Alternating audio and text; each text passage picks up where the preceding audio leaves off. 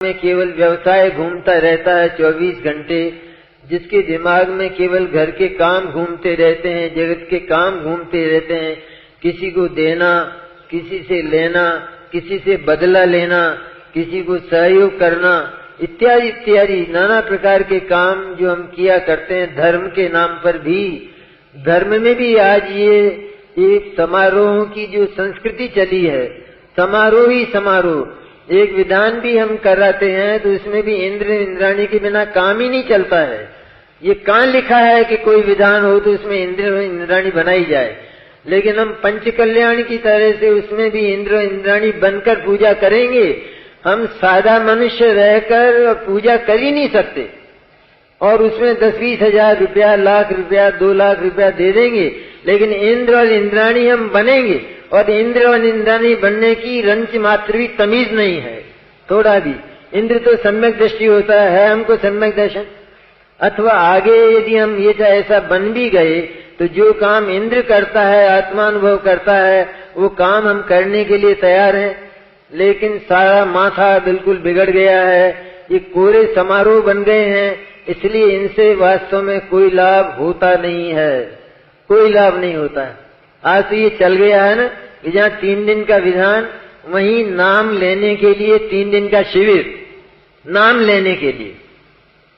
काम तो विधान में होता है, सारा का सारा उसमें जुट जाते हैं। रंग बिरंगा, ऐसा रंग बिरंगा कि उसको कोई भला आदमी तो देख ही नहीं सके, और दोनों जोड़े से बैठे हैं, जोड़े से। यहाँ भी जोड़ा, आदमी के पास उसकी पत्नी बैठी है और दोनों जोड़े से पूजा कर रहे हैं, लेकिन इनको जोड़े से ही मोक्ष जाना है।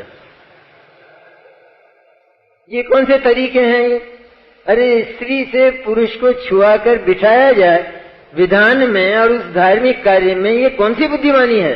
ये कौन से शास्त्र में लिखा है? कि कहाँ लिखा है ये? क्यों नहीं हम ऐसी व्यवस्था करते हैं कि जिसमें पूरे शील और ब्रह्मचर्य की रक्षा हो? ऐसा हम क्यों नहीं करते हैं? लेकिन नहीं करते हैं क्योंकि हमको भी पैसे की, हमको तो पैसा ही दिखता है उसमें विधान में भी, किसने कितना दिया है बस इतना मात्र है। उनकी बोलियां, उनकी घोषणाएं, ये सारे के सारे काम होते हैं। इतनी विकृति आज जैन संस्कृति में आई है कि शायद दूसरी संस्कृतियों में इतनी विकृति आई नहीं होगी जितनी हम लोगों में आई है, हमारी त्यागी तपस्वियों में आई है। इतनी विकृति शायद दूसरी संस्कृति में नहीं आई, क्योंकि जैन संस्कृति सबसे उज्जवल है, वो प्रांजल है, वो शुद्ध है वो जैन संस्कृति, इसलिए इसमें थोड़ा भी दाग बर्दाश्त नहीं किया जा सकता।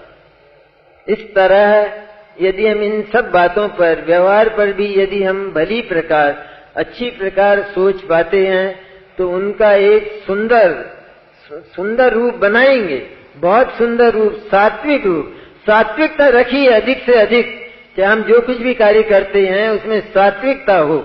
ये नहीं हो कि वो स्त्री सारे आभूषण पहनकर बैठी है और सबसे बड़ी साड़ी जो 5000 रुपए की है वो बैठकर और वो पूजा कर रही हैं। ये कौन सी पूजा है ये? अरे जब इंद्र और इंद्राणी बनो तब देख लेना कैसे पूजा करते हैं इंद्र और इंद्राणी। लेकिन यहाँ तो तुम मनुष्य हो, इसलिए मनुष्य बनकर ही ये पूजाएं करो। और दूसरे प्रकार से जो करना है उसमें केवल अहम पैदा होता है और उस अहम में सारी की सारी पूजा गल जाती है, समाप्त हो जाती है, सारे भाव समाप्त हो जाते हैं। और हम कहते हैं बड़ा आनंद आया। कौन सा आनंद आया जरा बताना, थोड़ा सा नमूना तो बताओ, कौन सा आनंद आया? कोई आनंद नहीं आता है और सब नष्ट चला जाता है, व्यर्थ चला जाता है। इसलिए मैं तो इसलिए आपको ये बोलता हूँ कि हमारा जो समाज है वो अधिक से अधिक व्यवहार में शुद्ध और परिशुद्ध हो, उसकी सारी क्रियाएं सात्विक हों, उसके विचार भी सात्विक हों, उसका आचार भी सात्विक हो, उसका आहार भी सात्विक हो। इस सारी सात्विकता यदि उसके भीतर आती है तो वो मोक्ष मार्ग के लायक